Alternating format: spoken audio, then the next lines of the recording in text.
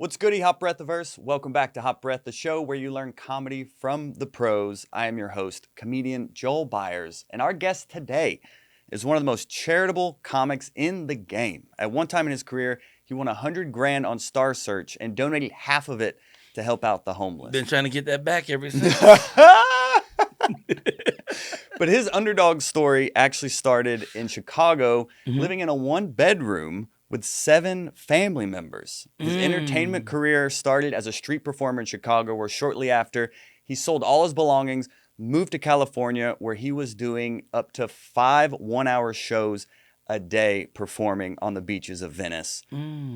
All that hustle, all that hard work paid off as he got discovered while doing these street shows, to where he got to work with incredible people like Eddie Murphy, Bernie Mac, Martin Lawrence, and now Hot Breath. Ladies and gentlemen, hot brethren and sisterin, welcome to the Hot Breathiverse, Mr. Michael Colyar. Woo! Wait a minute. I'm looking down here. I'm trying to see. Where the hell where's your you didn't read that. No, that's You're off, not reading that. No, that's off the dome, fam. And you like 100. You was right on it. You ain't mess up or nothing. No. I kept looking over there to see what the hell is the Cairo. Okay, all right. You're excellent already. Thank you so much. Thank you for welcoming me to this fabulous show. Hey, we ain't new to this. We grew to this. Oh, okay. You true to this. Come on, player. A little ATL slang type of thing. I love it. I don't know why I'm code switching right off the jump here. But it is amazing that we're doing this. This is literally the first time we're doing this in this studio space. Nice. So I appreciate you. This is a virgin experience, and I'm happy to be the one to break you in. Go ahead. Well, weren't you the first black late night host as well? I think I was. I'm trying to see if anybody came before that. I don't think. I think ours was first. I think it was before Vibe. I think Vibe came right after us, but on BET we had a show called BET Live from LA. Yeah, I think I was the first to do that. I was certainly the first black late night show host, that's for sure. But I keep thinking maybe Chris Spencer when he did Vibe, maybe that was right before us. But I'm not certain on that. I'm not just with Chris the other night. Great comedian. Hey, I'm your boy Michael Colyar, world famous, world renowned, often talked about, alleged comedian, gentleman and a scholar, intellectual giant in the pool of mental midgets, and a connoisseur of fine haberdasheries. Ignore this chicken because it don't have nothing to do with it. Yeah, you are a bit of a wordsmith. You do like to play around with words a lot. I love words, man. Yeah. I love words, man. But I was wearing my pink today for Barbie. I haven't seen the movie yet, but everybody seems to be going Barbie crazy. So my chicken loves her. And we said, well, we'll go check it out, see what's up. My co-host on my morning show, she is a Barbie file. She knows everything about Barbie. When she was a child, she got one of the first black Barbie dolls, and she still has it to this day. When the movie came out, she almost fainted just going to it because she's like, and I kept saying, bitch, you black. I'm sorry, what kind of show? I'm sorry, this is a family show. Can we curse? No, you're good. Okay, all right, go ahead. You're good. The Reverend over there was staring at me like I did something wrong. Sorry, Rev. What's the story with the chicken? I've seen you carried around a lot. It's no story. It's just fun. How long you been doing that? I think I've had this about 2 years. My ex gave me this chicken. And it's very funny because, we sort of broke up because she's vegan. Are you vegan? Mm-mm. Oh, okay, because she's vegan and I'm not. I like animals. I love chicken. And she's a brutal vegan. Like, I'll be eating chicken. She'd be like, oh, I see you're eating carcass today. And I'll be like, yeah, and I'm putting some barbecue sauce on this carcass too, bitch. Anyway, so yes, every place I take it, people who never laugh, never smile, they smile because they're confounded. What is this grown-ass black man, clearly fly, doing with a rubber chicken? Well, it's just fun. That's what I was asking. And I mean, this chicken has power. You don't even understand. Around the country, there are women who walk up to me and try to impersonate the chicken. What? They come up and say, Mr. Guy, I can do the chicken. And I say, bitch, do the chicken? Yes, I can do it. Wait a minute. What about choke the I can chicken? show you. Wait. Oh, no, I've choked this chicken many a night, sir. We're not going to get on that topic. We'll be here for a minute. Pause. Pause. Wait a minute. I know he over there with the 7-second pause button. When I say, hit that button. Do the chicken. Which picture on camera? I'm going to show one of the people on the camera. The middle one? Okay. We did it before, but she turned her face, so we didn't get to see all of it. Here we go. Let's see it all. Are you ready? Here we go. You don't understand the power of the chicken, brother. I'm telling you, it's crazy. And I be places where people don't even speak to black people. And then I'll squeeze that chicken. And you'll see a look. And then sometimes they're irritated. What are you doing with that chicken? And then I'll do it again.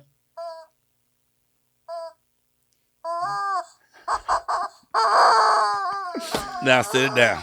And they'll come up, sir, what is it with the chicken? I said, ma'am, there's nothing with the chicken. And then they laugh and walk away. And they haven't laughed in a long time. Yeah. That's a tension breaker right there. But that must have been you've been able to entertain everyone doing the street performing, so you must have just picked up on all sorts of little cues to be able to just get people's attention and then hold it. Well, street performing really, really trained me as a comedian. Mm-hmm. One thing is, yes, definitely get their attention because you got to stop people. Then people don't come to the beach to find you.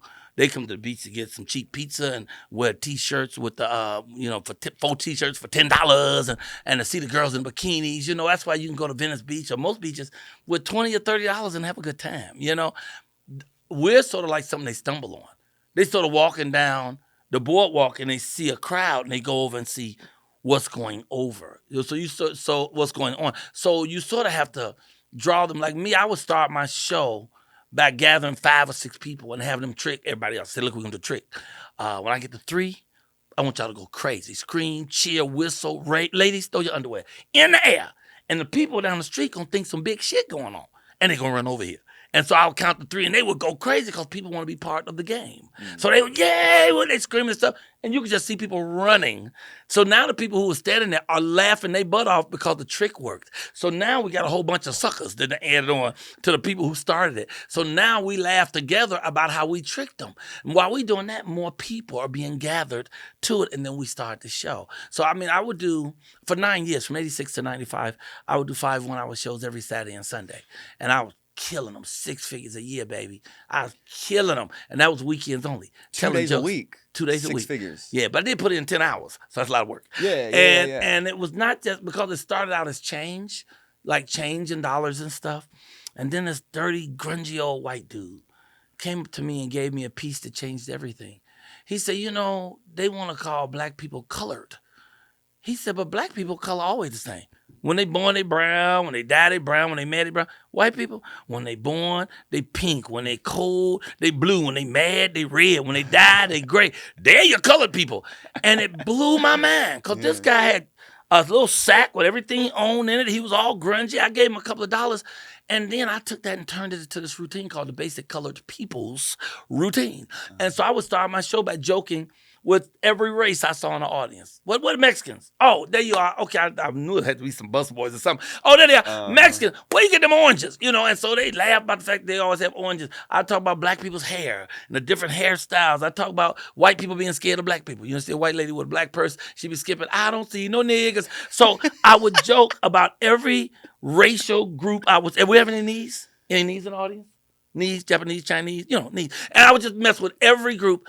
And then I would say I joke about racism because racism is a joke. Mm-hmm. You know what I'm saying? We're around here judging people because they look different from us. That's somebody else controlling us. We got to learn to live together and love together. And it became the biggest piece I had out there because folks could come and see reality and they could laugh. And it made so much money. All of a sudden, people weren't giving me coins and dollars and shit. They're giving me 20s and 50s and 100s. And people gave me watches. I got the first year, I got 13 watches and like 19 gold chains. People were giving me things because I wasn't just tickling their funny bone. I was making them think and feel as well as laugh. And so I started adding more and more conscious pieces. So I would do the piece about my addiction because I'm an addict. So I did crack for 23 years, and now I have 12 years of sobriety. But I was out there high. I was high when I wasn't working, but I was still out there talking about my addiction when I was still addicted. But I was talking about it in such a way to heal other people, and let people know that you can stop, that you can turn it around. Yet I hadn't turned it around yet. While I was out there, I finally turned it around. Mm-hmm. From preaching it, talking about it, laughing about it, I ended up doing it, which actually made me sober as well. So now I do a one-man show that I'm doing in 100 cities called Michael Colyar's Mama. And it's an hour and a half. I play 17 characters. So I play my mother and my father.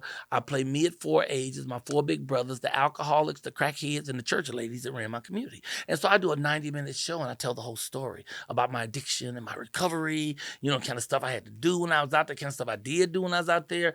And what it does is really heals people as well as tickles their funny bones. And it tells my journey from coming from the projects of Chicago to Hollywood and turn it around so it works for me. And it really tells the story, too, that anybody can do it. If you come from where I've come from and you did drugs for 20 years, if you can turn it around and be smack dab in the middle of your dream, that's where I am. I'm smack dab in the middle of my dream right now. I'm doing everything I've ever dreamed I wanted to do. I have a morning show 5 days a week on YouTube, the Michael Colyar Morning Show. Now, I've only done 687, so I understand if you haven't heard about it. But I do that 5 days a week, Monday through Friday on the YouTube. I do it 7 a.m., which is Pacific Standard Time, which is L.A. That's 9 a.m. Central Time, Chicago, 10 a.m. Eastern Time, New York. Right, so I do the show, every show with a comedian. I've already put on 518 comedians out of the 600-some shows because some people come back, we bring them back again. We do a comedian every day. We sing. We have a vocalist come on almost every day. We have a poet every day. We'll talk to somebody interesting from the community, and we pray every show, and we laugh. So if you want to get up in the morning and laugh and pray to start your day, that's why I designed this show, because I designed it in the middle of COVID, when people was already mad enough, but then they had this fool, Hitler's first cousin, Trump, out there stirring up and rabble-rousing all through the community, making people think that it's okay to be racist again. It's okay to be a hater again. It's okay to treat people poorly. He stirred up this whole energy where now people are bolder about being racist. And used to be polite about it. We knew this fucking racist. But at least they wouldn't stand on their ground about it. They going about their business. Leave me alone, leave you alone. It's not like that now. So now people are fighting everywhere. People are hungry everywhere. COVID hit. So I wanted to put together a show where people can come and laugh and pray to start their day, because your day always ends the way it begins. You get up and you kick your foot on something. God damn it. I keep telling y'all, don't put no chairs in the middle of the floor. Every time I tell y'all, you start your day complaining, your whole day going to be complaining. You're going to be fussing with people all day. I swear, I guarantee you. You're going to be late in the afternoon and you're going to find something wrong with somebody. But if you start your day positive, look in the mirror, remind yourself of how great you are. God created you. He don't create no junk. Look at you. Fly. Your good hair. I remember having hair. I loved it. It all went down to your face there. Oh, my God. It shifted down because I had a huge afro and everything. But we have so many blessings. So if we get up in the morning and look in the mirror and talk to God and thank Him for what we got already, that's a power day. You spend the rest of your day with joy and energy and light. Squeeze the chicken. But if you get up complaining, it's the other way. So that's why we built that show. And then over the 3 years we've been doing it, so many comedians have come in, so many actors, motivational speakers, doctors, holistic practitioners. So it's just a cool, fly way to start your morning. So I do that on YouTube 5 days a week. 3 days a week, I have my podcast on iHeart. It's called Michael Talks to Everybody, not everybody. Body, E-R-R-B-O-D-Y. My first guest was a transsexual named T.S. Madison. She's awesome. She's the first transsexual to have her own network television show. She was on We, just talking about her life as a transsexual. Her mom was on there with her, the whole thing, and it was really pretty fly. It was really fly. How she carries herself is really, really great because she's proud of who she is, and we have to be that. No matter who or what we are on the planet, you got to own who you are and stand true to it, no matter what other people say. You know what I'm saying? Because me, anyway, I got a weird philosophy. My philosophy is, if you love me, I love you. And if you don't like me, fuck you too. I don't like no gray area. I'm either this or I'm that. It's no in between. I don't need people guessing and wondering. So when you figure out what you are, you have to stand tall in that. We have some of the greatest people. They come on, and that's just a podcast. Michael Talks to Everybody. So I do 3 a day. 3 a week, every week, 50 weeks at a time for the next 3 years, you know? So those are the main things we do, the main stuff I do. So when I'm doing the play, I'm talking about the stuff that I'm doing, but I'm talking about my life. I'm talking about my journey and how we came from living. We lived before the projects. So we was pre-project. Projects for us was a step up. Wow. We didn't think of them as we thought of it high-rise buildings. We didn't think of them as projects. So they weren't even projects. We moved in there in like 62. And they were just buildings that turned into projects as we lived there, all the gangbangers and the graffiti on the wall, all that stuff. But we came from, we was pretty poor, but we didn't know it because we happy. If you happy and you got a family, don't give a damn about money. Somebody has to come tell you that stuff means something. You know what I'm saying? So I tell a story. And so we just went and did it in last August at the National Black Theater Festival. So Ben Vereen came to the show and saw it. He loved it. He came back again, loved it. So he's helping me prepare it to take it to Broadway. But it's a cold piece. But it's so powerful. When I took it to Chicago, I did it at the Black Museum, the DuSable Museum of African American History in Chicago, where I'm from. One senator there gave me $5,000 to buy tickets for addicts who couldn't afford the tickets so they can come to the show and be inspired. So I sort of think that what we do as comedians is really a service. And I think also that all humans are put on this planet to serve. And we serve in different ways. We help people in different ways. The gift that I have is comedy. The gift that you have is comedy, and that is healing. Literally, people's health have changed because of their sense of humor. There was a doctor at UCLA. I can't believe I can't think his name's on the tip of my tongue. This dude had cancer. They said, you got 6 months to live. First thing he did is got out the hospital. He said, you won't be in the hospital. Everybody in here sick. So instead, he moved into a fancy suite in one of the finest hotels in the city because it was cheaper than a day at the hospital. So instead of trying to heal in a hospital full of sick people who can come in all night and try to give you pills and medicines because it's their job to sell that to you, he went to a hotel. And then he got a big screen TV. This one they had, remember the box TVs? Mm-hmm. They sit on the ground. It was huge. He got one of those put in his room, and all he did is watch comedy, brother. Day and night. Heckle and Jekyll, Laurel and Hardy, the Three Stooges, the Marx Brothers, if you name it, he back to back and ingested vitamin C. He ate oranges, he drank orange juice, anything with vitamin C. That's all he did. His name is Norman Cousins, okay. Dr. Norman Cousins. And if you just go online and put in the doctor who saved his life with orange juice and laughter, it'll pop up. Wow. And so, well, he died anyway, but that wasn't until 7 years later. And by then, he was one of the top professors at UCLA and had written 7 books on how to heal yourself through laughter and vitamin C. So laughter has been proven scientifically to be healing. And in our society, when everybody mad at everybody, like you go to the airport, people ain't even smiling no more. Mm-hmm. I used to go to the airport, people were so happy to be at the airport. People was holding hands, people was laughing. Everybody is tense everywhere. If you don't laugh, you can fuck around and have to punch somebody in their face. So we are healing people every time we make somebody laugh. Every time I squeeze that chicken, it changes a life. You may not realize it, but it's somebody who ain't had a good day at all. And then he see this food over here with a damn pink chicken squeezing in the middle of everybody. And my favorite restaurant for breakfast, I have to say this, Cracker Barrel. Now, at first, I wasn't going to a restaurant. What'd you call me? That's what I'm saying. Yeah. At first, I wasn't going to go to a restaurant called Cracker Barrel. I grew up in the projects in Chicago, the South Side, Robert Teller home, 4352 South State Apartment 909. And where I come from, we don't fuck around with no crackers. And a barrel full of crackers. That's a whole lot of crackers. So I wasn't even going to no damn Cracker Barrel. But Cracker Barrel was my favorite breakfast spot. But I go to Cracker Barrel once, we went, and there was an old, looked like a curmudgeon, an old, grumpy little white dude in overalls sitting right over that table. And, you know, me and my black friends, and we laughed, and I'm squeezing a chicken. And he whipped around and just gave me the ugliest look when I squeezed the first time. Then he looked back in curiosity, but he hadn't started smiling yet. But I just kept messing with the chicken. Sometimes I just squeeze it slow like this.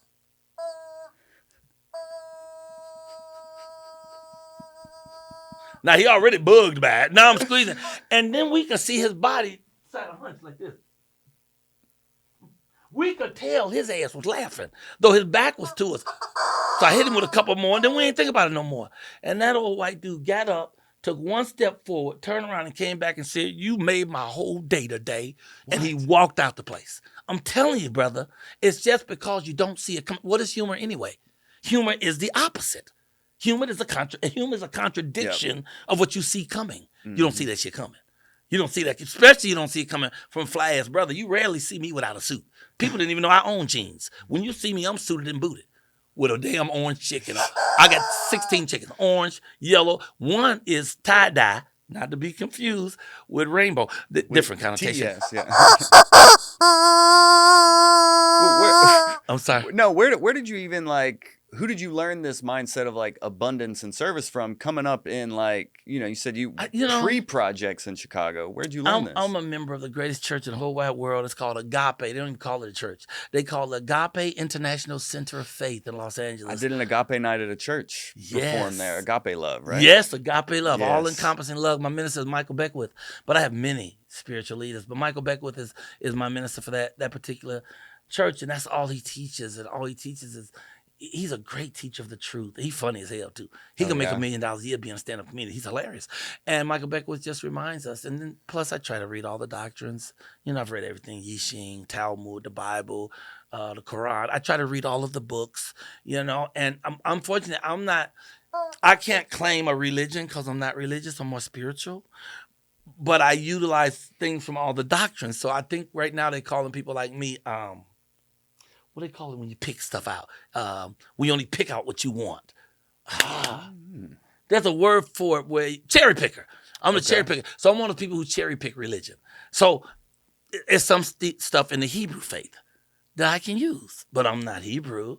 But it's some stuff in the faith that I can use. Like I love, and I'm getting married November 4th to the greatest woman in the whole wide world. Congratulations. But in Hebrew faith, they have a book called Talmud.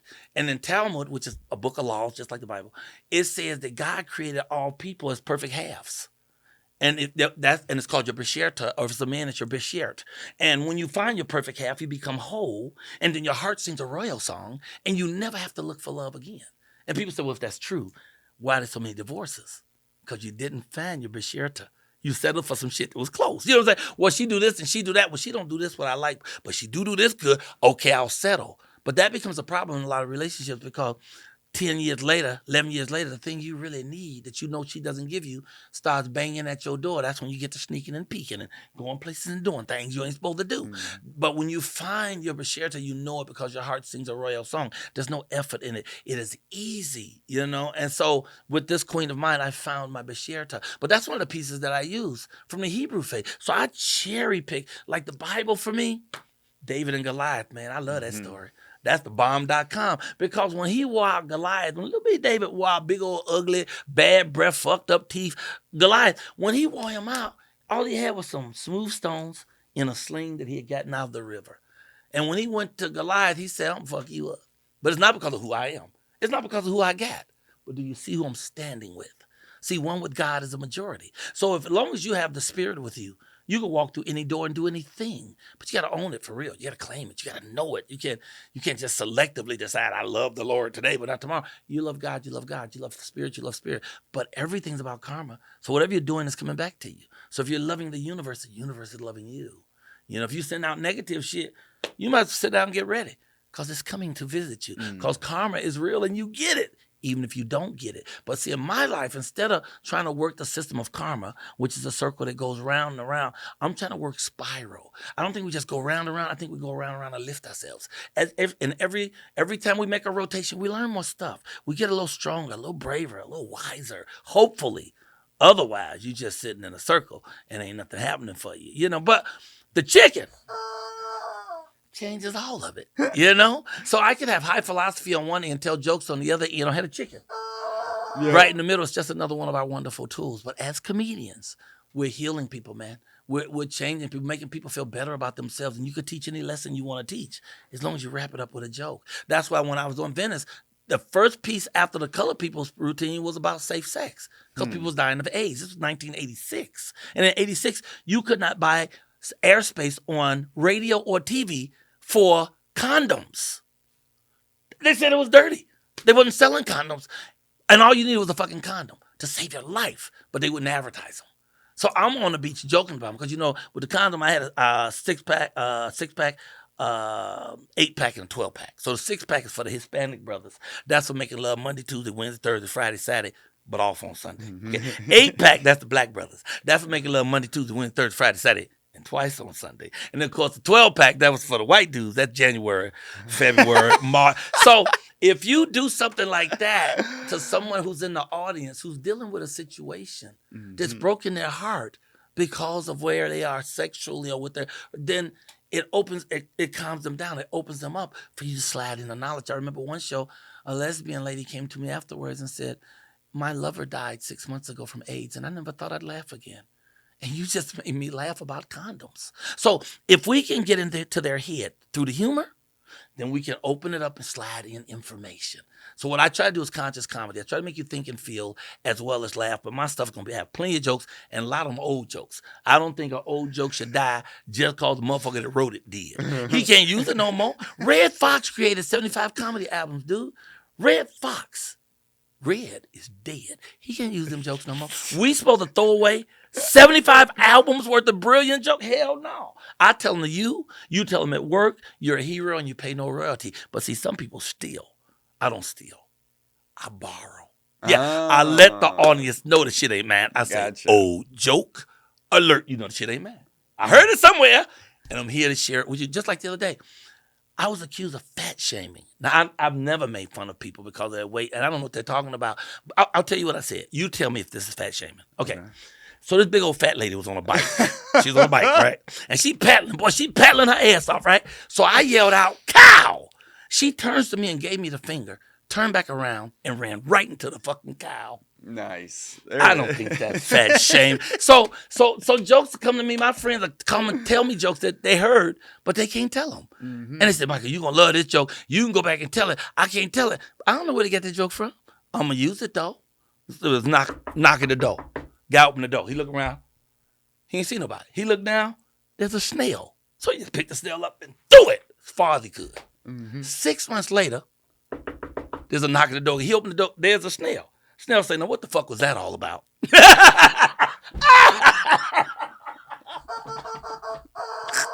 That shit's hilarious. Somebody just told me that. I didn't know that. But the jokes is what I use to hold together the material. The material will deal with it'll deal with the racism I've dealt with. It'll deal with my addiction and my recovery. It'll deal with love, because I'm so in love. I'm fucked up. I'm a little bitch. I'm in love. This girl. How'd you meet her? Well, she was hoeing on Sunset, and I really needed some coochie. No, I was in Winston-Salem, North Carolina, to take my play to the National Black Theater Festival, and she owns the #1 soul food restaurant in Winston-Salem, and I apologize to my mother when I say this, but this woman makes a better salmon croquette than my mama, and my mama's held that title for 64 years. Anyway, I met her there, and you know when it's real, because when it's real, it's effortless. You ain't got to work at it. It's just everything feel right. You move and groove. I know it's real because I no longer objectify women. And I've objectified women my entire life, even when I'm with a woman. I see a woman go by, I'm thinking, look at that ass, check out them titties. Wonder if she swallows, But now, I wouldn't care who you are. I love Rihanna. I love Beyonce. But they could both be standing right here butt naked with 2 hands full of $100 bills. All I can think about is Sonya. That's all I could think about. I ain't never known anything like that. I've never known love. Oh, I got to tell you my Stevie Wonder story. Okay, so. Is this true? This is true. Okay. I don't do nothing but the truth, brother. I don't do nothing but the truth. The cow story was true? Absolutely. Okay. So I went to see Earthquake. Earthquake has a room he does once a month, every third Tuesday. I just had him on here, yeah. He's fantastic. Yeah. Every third Tuesday. Legend. He does a comedy chateau, which I had never heard of. It's in Burbank. I've been living in LA for 32 years. I never heard of it. So I went to support my boy. I ain't there. I wasn't there to perform. I'm there to sit in the audience. So, I'm in his room. I'm supporting him. Right. And Joe Torre went up. A couple of great comics went up. Stevie Wonder came in. Don't worry. He didn't see me. Okay, so the comics would go up and do their stuff, and they was killing. And then they all stopped and sang happy birthday to Stevie. So I get up to slip out, because I figure it's over. I mean, I don't know how you figure, but if you just got through singing happy birthday to Stevie Wonder, you might as well roll the fucking credits. It's a wrap, So I'm trying to leave. They grabbed me and said, Mr. Kyle, you want to go up and do some time? I said, I thought it was over. They said, well, we got time for you, Mr. Kyle. I said, okay, cool. So I go up, and all I'm talking about is my baby, Sonya. I mean, she's so... First of all, she's fine as frog's hair. You ever seen frog hair? You can't see it. It's too goddamn fine. Okay? She give my heart something extra to throb about, man. I jump up in the morning without an alarm clock. I'm walking 35% faster. She a bad motherfucker. If I wasn't me, I would have been her. So I'm just saying, I'm talking about her. I'm doing my whole piece on my baby and how we're about to get married and the stuff that happened. Like one day, this is how I really know she the one. She's at my house and we'd done a Christmas party because I just met her last year, so she came to the Christmas party. And the day after the Christmas party, I thought we had an intruder. Right? Because I'm going up to the second floor of my house and one of those panels are open. The thing you go in to put insulation upstairs. So it's wide open. Now, I've been living here 3.5 years. Motherfucker ain't never been open. So I walk into my room briskly, and she said, baby, what's going on? I pull out the pistols, and I said, I think we have an intruder. Do you know how to use a gun? And she said, no, but give it to me. Yes, sir. And we stood there holding these guns at this hole in the wall and cussing the whole out. Come out, motherfucker. I'll kill you. I'll kill your mama. I'll kill your ancestors, you motherfucker. Wasn't nobody in the hole. But we didn't know. So we held them guns. We called 911. The police came. We gave them a ladder. We hid the guns. We gave them a ladder. Right. And when they left, I realized wasn't nobody in there, but I also realized if some shit go down, my woman gonna stand with me even if she don't know how to. Okay, so I do all my routine and stuff. I say goodbye because I ripped it. The audience going crazy. I jump off stage. I run right to my car because these days I'm kind of popular. And in a room full of black people, I got to do 30, 40 pictures for free, and I ain't down with that shit. Right. So I get my car, go home. Right. So when I get to the house, there's a video waiting for me. Stevie Wonder went on stage right after me, and he said, Michael, when is your wedding date? And somebody yelled out, Michael already left. And Stevie said, dang, I want to tell him I'm going to sing A Ribbon in the Sky at his wedding. Now, I don't know if he's going to sing it, but I got the goddamn tape. I played it 5 times on my morning show. He said the shit. So if the wedding on November 4th, if he ain't there, we running the video. I can tell you that shit right now. You know, so our life, as you know, is blessed, brother. Mm-hmm. For us to make a living, making people laugh. See, I keep going on stage every night telling people that this is what our purpose and our goal is. This is what our focus has to be. Our goal has to be to stand in front of the Lord, to go to the universe and train the universe to pay us to do what we love to do. If you're doing what you love to do, even if you break even, you way ahead of the game. How do you do that? Huh? How do you train the universe to pay you? Well, it comes down to your focus. Okay. It's about what you focus on because everything's based on your vibration. So everything you're vibrating is what the universe gives you. That's why you don't want to play around. You don't want to say negative stuff because the universe doesn't do judgment. Mm-hmm. The universe just goes by what your vibration is. So if you say you want something to happen, it happens. I don't care what it is. If you really believe in a thing and hold on to it with all your might, every day, no matter what people say, you're going to open your hand and see that shit. And you're going to be, oh my God, how'd this happen? Because the universe, its job is to mirror your reality with your ideology. So whatever you're thinking, that's when people say, think positive. You want something, think about it, talk about it. Thoughts are things, man. They tangible as this bottle of water. And words are thoughts magnified. So once you start thinking a thing, the universe starts vibrating on that, and it starts showing you a way to get the thing you want. You'll see doors open that was not there. So how do you train the universe? You train the universe by getting on your job, being focused, be clear. This is the thing I do. This is the thing I love. This is the thing I believe in. This is all I want to do. This is all I'm going to do. You claim it to the universe, and every place you go, that's all you do. And the universe wakes up to that. They wake up to that and they start seeing it. Then all of a sudden you see some shit came to you. You didn't see that coming. All of a sudden somebody call you. Like there's a system that I created called the 15-minute-a-day system. And I believe that if you spend 15 minutes a day doing anything, within 3 months you'll have it in the palm of your hands. I don't care. You could be 400 pounds and want to be a ballerina. Now, you're probably not going to get picked up by the Bolshoi or the American Ballet Theater, but if you starting at 400 pounds, 15 minutes a day, you do something towards dancing. You might spend 15 minutes reading Dance Magazine, 15 minutes watching video of dancers, watching plus-size dancers. You may spend 15 minutes doing the 5 different movement steps of ballet. You may just spend 15 minutes a day exercising. Your big ass might exercise 15 minutes a day, trying to get your body in shape so you could put on a tutu for a 400-pounder.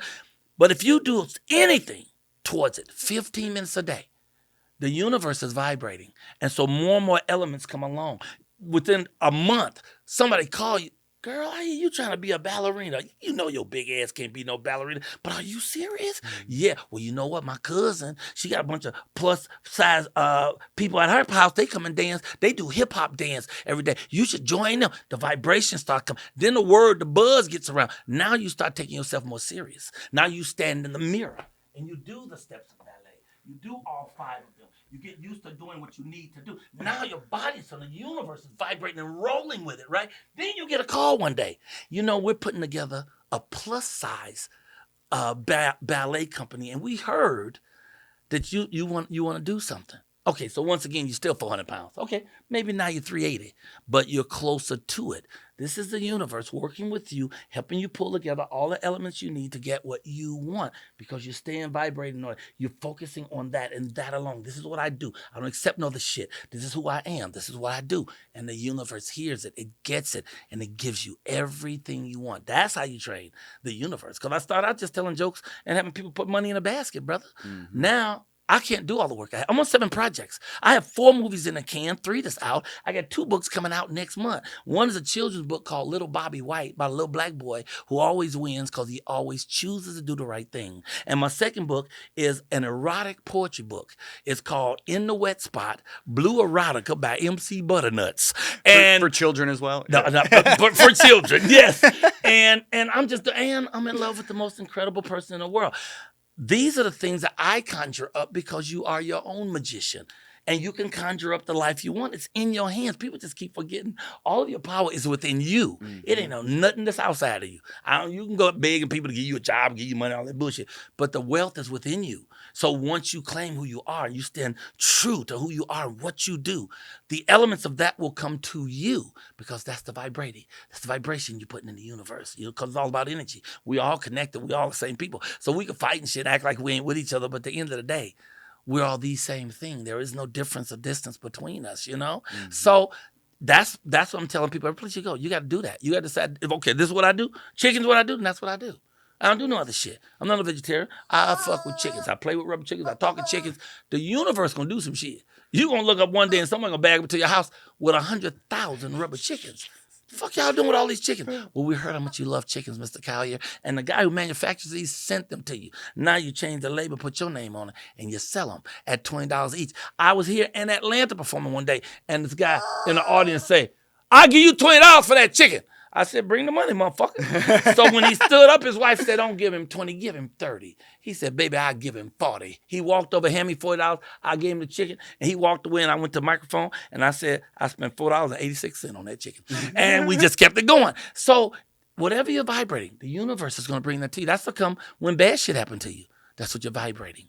When you're constantly dwelling on some negative shit, is coming to you. Even if you think you're trying to get rid of it because you're dwelling on it. Man, I ain't gonna never mess with this dude no more. Just continue to talk about that dude is creating that energy of negativity that makes you not go further. You got to get rid of all the negative shit in your life. You want to be great, really, and live a happy life? OQP. Only quality people. You got too many motherfuckers in your life that's still backstabbing, talking behind your back. They come to you to gossip, and I guarantee you, as soon as they leave your ass, they're going to gossip about your ass to the next person they talk to. All these backstabbing, lying, two-faced motherfuckers, you know who they are. Get rid of them. Only positive people around you everywhere, and you'll see your life rise. Just get rid. You know who they are. Some of them in your family. Some of the worst motherfuckers in your life is a family member. Sometimes you got to love some people, but you got to love them from afar. I love you. I don't fuck with you, but I love you. You know what I'm saying? I see Thanksgiving dinner, that kind of thing, Yeah. But once you clear all that minutia, all that garbage out the way, because that's what that is. Negative people, backstabbers, all them motherfuckers, that's negativity. That's just garbage, minutia. It's dirt on your feet. Rub that off and stay positive. Look at the light. Stay prayed up. Stay connected to spirit. Stay connected to yourself. We try to have communications with the higher source. We need to learn how to have communication with me. I want to talk to me. I want to remind myself how great I am. Not because I created me, because God created me. He don't create no garbage. God created me, so I'm not just a comedian. I'm the greatest comedian on this planet. There's a lot of people who dispute that. But I'm going to keep saying it until one day the whole world says he's the greatest, because that's exactly how the vibratory system works. Just keep saying it, and you'll become it more and more. Whatever you keep saying, you're going to be. Whatever you keep saying you're going to do, it's going to happen. So be careful of the words you use. So like for this show, I want this to become like almost like the new Johnny Carson, where it's a really like a high quality talk show where comedians can come on and find a new audience, or it can be like comics who have an audience can come on and have like discussions here like they can't have on any other show. Right. So you talking about this right now in like the first time we've recorded in an actual studio setting and not in like a hotel lobby or whatever. I feel like it's really good timing. So to like build on this positive momentum, are you saying I should be like visualizing what I want the studio to look like, visualizing who I want on the show. Like, absolutely. And you should run with it. What's the name of the show? Is it Hot Breath? Hot Breath. Yeah, you should run with it. You got the T-shirts yet? I got the mugs. You get the caps, mugs. You need all that shit. All of it. Everybody you talk to is supposed to be by Hot Breath. Okay. Everything you talk, I don't care what the conversation is. It should always come back around to Hot Breath. Okay. Everything. And take it seriously. You here, take it. You are Johnny Carson. You don't want to be. You already are who you are. You got your own talk show and it's the shit. You ain't no different than Johnny. Johnny was just a stand-up comic till he got that shit. Yeah. He was a good one though.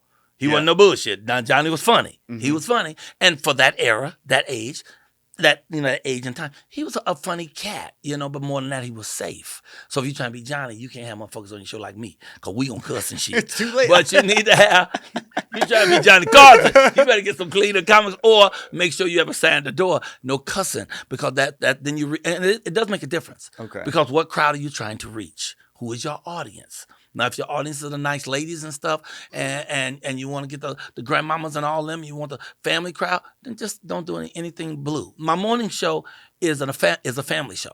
We can't do no cussing on the morning show, and we can't do any dirty jokes. Can't do none of that on that show because it's a family show. That's the audience I'm trying to reach. My podcast, you can say what the fuck you want to say and say it however you want to say it. That's that. But you got to know what your audience is, and when you know who you're serving, then you lock it down just for that. I wouldn't let people curse. I wouldn't let them do that. I mean, if every now and then a shit drops in or something like that, damn, that's okay. People should never use the B word on TV and the M and the F and all that stuff. That's late night. That's cable. And even if you are cable, you don't have to be like cable. Like, you can be whatever you want to be. Like I say, we have the greatest TV show on the internet. That's one of our slogans. We have one of the greatest shows on the internet. I'm doing TV on the internet. People say, oh, you're not doing TV, you're doing the internet. No, I am doing TV. I'm doing TV, but I'm doing it on the internet. I created a thing called a Gramathon. I'm currently saving my money and building money so I can do a 1-hour special on Venice, where I started. Mm-hmm. It's called The King of Venice Beach, and we're doing an indie go-go. It's one of the ways we're raising money, but another way is I created the Gramathon, which is, you remember Telethon? You're kind of young. You remember telethons, though, Jerry Lewis's Telethon? Mm-hmm. So this is the same thing. It's a telethon, but on Instagram. So I call it a Gramathon. I've already done 2. 12 hours, brother. From 9 a.m. to 9 p.m. I'm doing jokes. I'm telling stories. I'm reading from my poetry book. And comics are coming in all day on Instagram. Comics are popping in. Vocalists are singing. Magicians are coming on for 12 hours. Raising money. I've done 2. I'm going to do a third one in about a month and a half. And it's called the Gramathon. So you can create your world, man. You got all the stuff you need. We ain't even got all this shit. And, man, we've been doing our shit for 3 years, man. We doing that just with a laptop and an iPhone. That's it. And we killing them. We bringing all kind of people through. So you have the show. Already know your show is what you want your show to be. I already know that, man. You already one of the coldest shows on TV. You got to let them know that. You got people like Michael Kai in this bitch. Y'all rolling, player. And if you just do that, that's it. And get signage up. Right. Put up more stuff that reflects who you are. Get things on your table that reflects who you are, man. And create your people, create your audience. Ask the people to join you and give them a title or a name or something, Yeah. Hot Breath, the Breathers, Yeah, they're the Hot Breathiverse is what we call them. them. The Hot Breathiverse. Yeah. Put that down. Use it all the time. Say it over and over so it locks in people's psyche. And then you're doing exactly what I'm talking about. You are preparing the universe to pay you for what you want to do. But the universe leaves up to you to do the work to get there. People talk about prayer without works is hollow. And that's true. You can pray all you want, but it ain't going to just happen because you sat your ass there and prayed that it happened. You pray and you also walk over and give it a hand. You work with it, You have a great look. If you funny, you're going to be a bad motherfucker. I ain't heard no jokes. I am, But if you funny. Yeah, I'm clean too. My stand-up's clean. That's perfect because on my show, it's 2 things. You have to be funny and you have to be clean. If you're not clean, we hit a button and knock you off before you finish your set. Mm-hmm. And if you ain't funny, oh shit, it's gonna be a long walk back to your car. We're gonna talk about your ass for like 10 fucking minutes. We're gonna tear your ass up. All we're gonna talk about for the next 10 minutes is how horrible your shit was. Yeah. Like one lady told me, she said, well, they tell me I'm funny. I said, bitch, who is they? Yeah. I need you to have they call me and I need you to go back and work on your shit and come back in 30 days. And she came back and tore that shit up when she came back. Because you don't want to fail. In performance, nothing teaches your ass like failure. Yeah, when you bomb. Yeah, what's some of your worst bombs? Yeah. I've never bombed. Oh. I've never bombed. I have one time where I almost bombed, but I don't qualify it as that. Oh, really? One time, when the Middle East War kicked in like 80, 87, I was hired to come and do comedy at a naval base. But they had hired me months before. They didn't know the fucking war was going to kick off. So the day I showed up was the day they was about to deploy to the Middle West. And I went up and stood there in front of all these uniformed soldiers, and I did about 4 minutes of shit that I know is hilarious, that people have laughed at for years. Them motherfuckers didn't budge. They didn't give me a smile or a smirk. They looked at me and when is this shit over? And with me there was Joan Rivers. And she came over and she said, well, you are very brave to have attempted to tell jokes to this group of people on this day. And that's what I got out of that. I got out of that you have to know your audience. You got to know your audience and you got to bring that material. But I ain't never went on stage and bomb telling jokes and stuff with an audience. Fuck no. That's not possible. That ain't going to ever happen. I'm too funny for that shit. There's no fucking way. Even if my material don't work, I know how to do crowd work. I know how to, and that's what we was talking about that we left. The stuff I learned by being on that beach. Right. Being on that beach for all those years, for those 9 years with all these crowds of people, one thing I learned is improv. Improv, there ain't nothing you could say. I can't jump right on it with some funny shit or some corny shit or something that connects to it, And so when I'm doing my shows, because I do comedy shows, I do concerts, as you know. Tomorrow night I'm doing a concert with Stephanie Mills and Jeffrey Osborne. When I'm doing the crowd work is what helps you there, not routine. You see somebody wearing a funny hat or lady, I know you didn't choose that dress. Did somebody help you pick that? Just crowd work. But all that stuff I got from being on Venice, from people attacking my show. Like I could be in the middle of the joke and you see some gangbanging brothers, some hood brothers. They want to know how am I holding all these people, mostly white, but white, black, Asian, gay, Hispanic. Everybody's in this crowd, 500 people. Who the fuck am I to be holding them in the palm of my hand? And they come out and try to mess with me, but I kill a heckler. Woo! Holy shit! I come from a small town called Fresh Off a Heckler's Ass. And a heckler make me homesick. I make a heckler want to commit suicide. I wish the fuck a heckler would. Come to my show with that shit. I tear your ass up. But I learned it from being out there. In the middle of my joke, somebody would mess with me. I had to stop, fuck them up, then get right back where I left off. And so after years of that, I don't fail. I don't bomb at comedy. I fail at a lot of things, but not at stand-up. If I'm on the stage with or without a microphone, I'm going to kill every time. Every single time. That's a guarantee. Well, especially doing Red Fox's jokes, Heck yeah. I don't even have to work. Red had some of the best jokes. Red had one thing that was just a sentence. And you could just keep saying a sentence and drop one word, and the sentence turned into a story. Oh, John, let's not park here. Oh, John, let's not park here. Oh, John, let's not park. Oh, John, let's not. Oh, John, let's. Oh, John. Oh! I mean, this motherfucker was brilliant. Yeah. He wrote poetry and songs and all kinds of shit. No, it's a very rich field that we're in as comedians. It's something that I am humbled and honored to be able to do. I think it's a gift from God, and this is all I do. I be on stage sometimes and I can't even believe it. And I tell the audience, this is why I know I'm blessed. Because all I do is stand around and say silly, giggly shit, and y'all give me money, And that's how it really is. If you get this comedy thing down, all you have to do is walk around the planet saying silly, giggly shit, and they're going to roll money up to you and pour it at your feet. Well, what have you learned? You've literally worked with the best of the best. I said a few at the beginning, but what have you learned from being around just the best comedians in the world? Is there a commonality or some traits or mindsets or habits you picked up? What have you I don't know, and you want learned? to be careful because you don't want to pick up anything of theirs, because anything that looks like it's theirs, they'll come for you. Why you steal my shit? Why you do this? You don't know one walk like that. I don't want to talk like that. So I don't know. What I learned from is watching how people carry themselves as people. Gotcha. Not as particularly artists, because people sometimes act goofy because they're artists. But even the goofiest artists, the Charlie Chaplins, are brilliant. That's how they get to where they are, because they really know their shit. The Lenny Bruces, they're brilliant. They knew their shit, And there's a big conversation out there now about stealing jokes and shit, But there's so many conversations about comedy.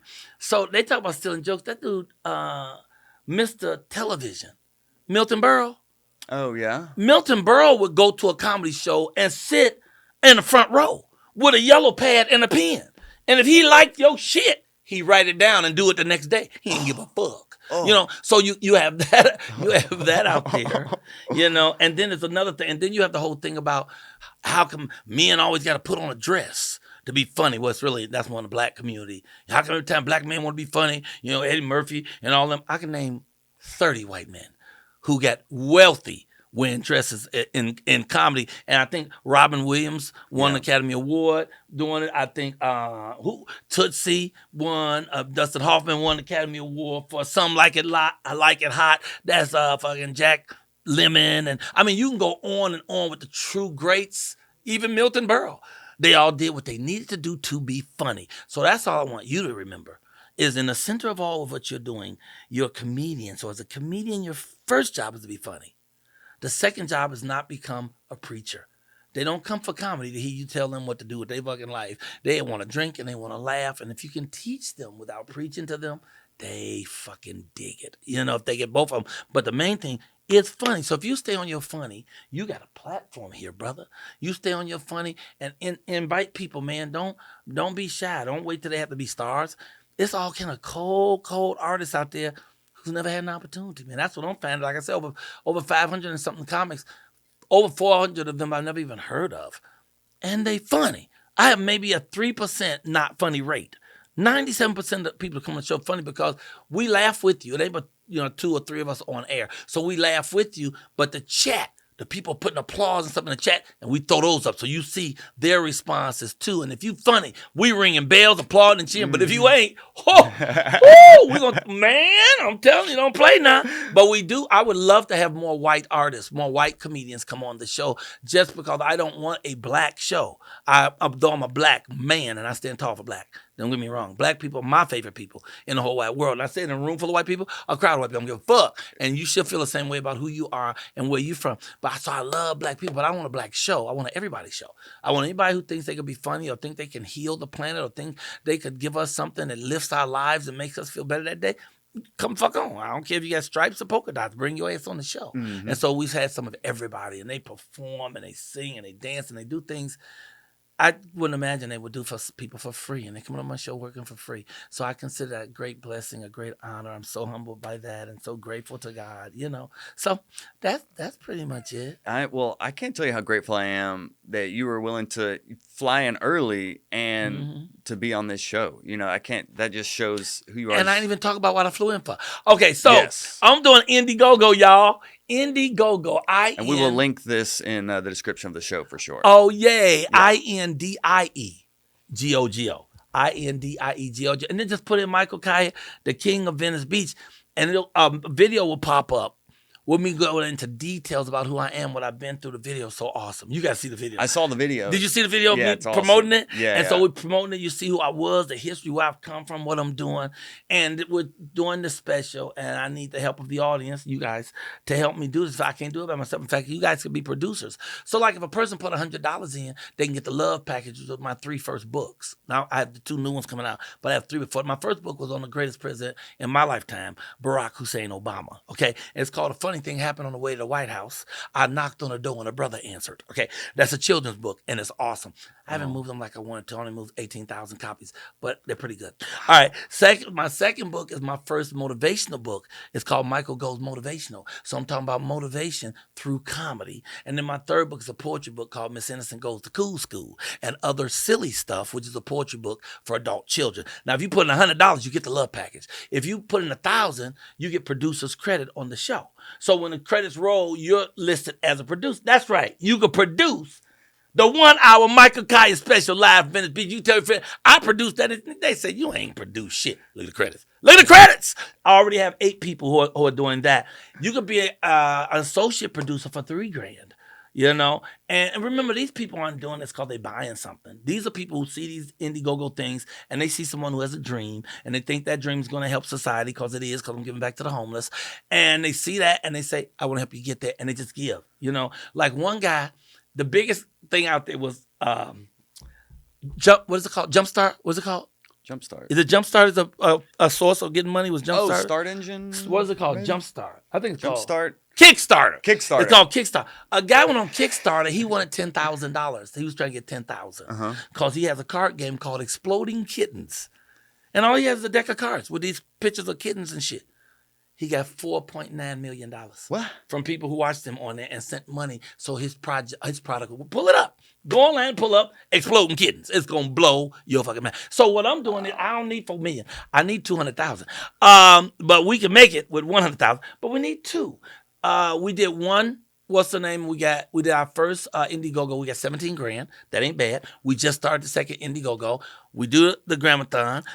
We got these 2 women getting 10 of their friends together, and they getting almost butt naked. They're gonna be in bikinis. They're gonna get soaped up, and they're gonna wash cars all day to raise money. Butt naked car wash to raise money for this project. We got 3 girls making lemonade. Right, We got 3 children who are making lemonade. And they at the naked car wash? No, they're not the naked car wash. You gotta go down the street for that. They're not naked car. You be trying to get people in trouble and shit. I ain't thinking about you. So anyway, I'm going back to Venice Beach. As you told you, I used to be out there from 86 to 95. I did 5 hours of comedy every Saturday and Sunday. So I'm going back to the spot where I started, actually right in the center of the beach. I'm gonna do 1 hour. It's gonna be phenomenal. And also on that day, I'm giving away 1,986 goodie bags to homeless people. So it'll be bags that'll have clothing, or it'll have a way to get clothing, or have a cart for you to get money. It'll have toiletries and health care things.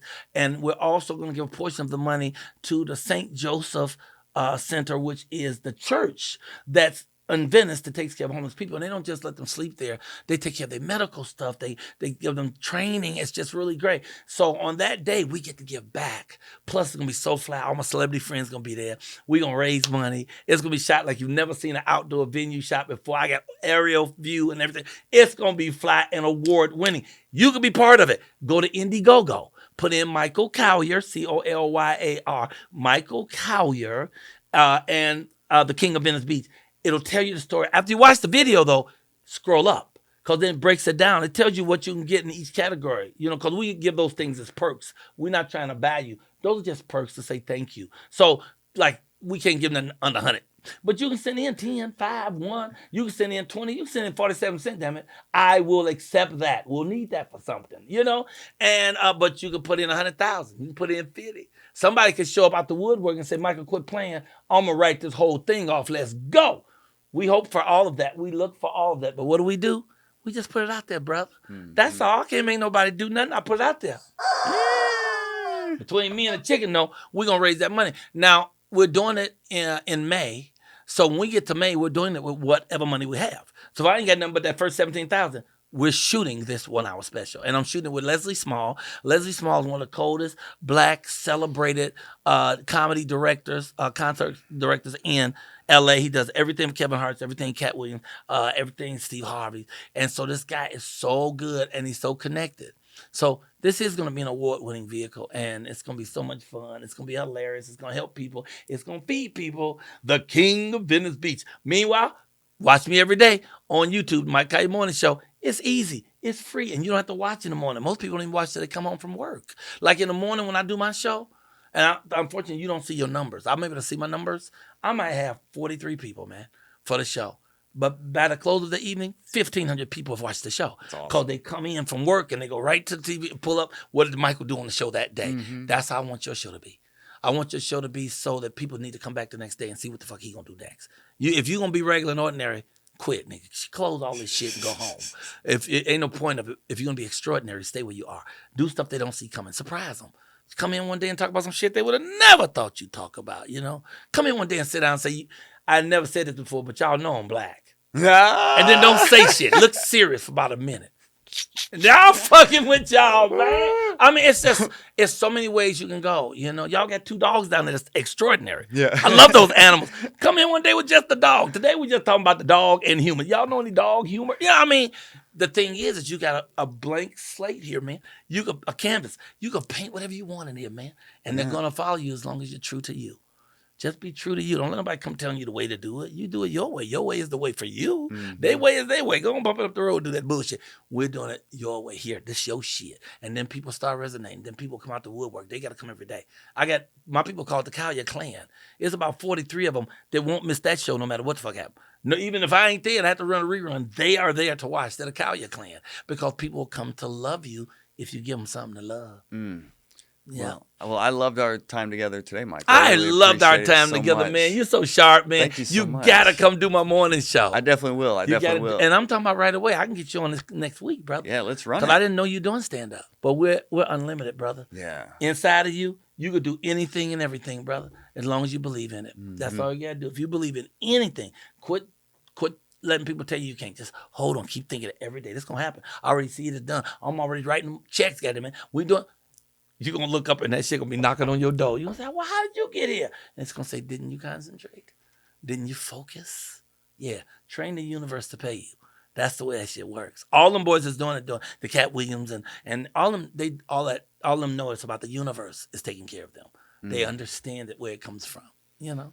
Well, I have a feeling that after this episode, we're gonna be getting paid a lot more. I'm feeling it. I hope so, man. You deserve it, bro. You look like a show host, man. I would hire you on sight unseen, even if you don't open your mouth and say nothing. You already got the look. That's down. But you're also sharp and pleasant, and you're a great guy. I enjoy talking to you. I enjoyed talking to you. I'm really looking forward to you coming to do my show. Absolutely, man. absolutely. Thank you, man. Hey, y'all, the show is called Hot Breath, and you know some of y'all got that shit too. And you need to bring your hot breath over here and watch us when we do it. And it's funny over here, and all the top stars come here, all top comedians, everybody that's fly make their way to Hot Breath. How come you ain't here yet? What's your problem? You need to get out the mustard and catch up. It's called Hot Breath. You need to ask somebody.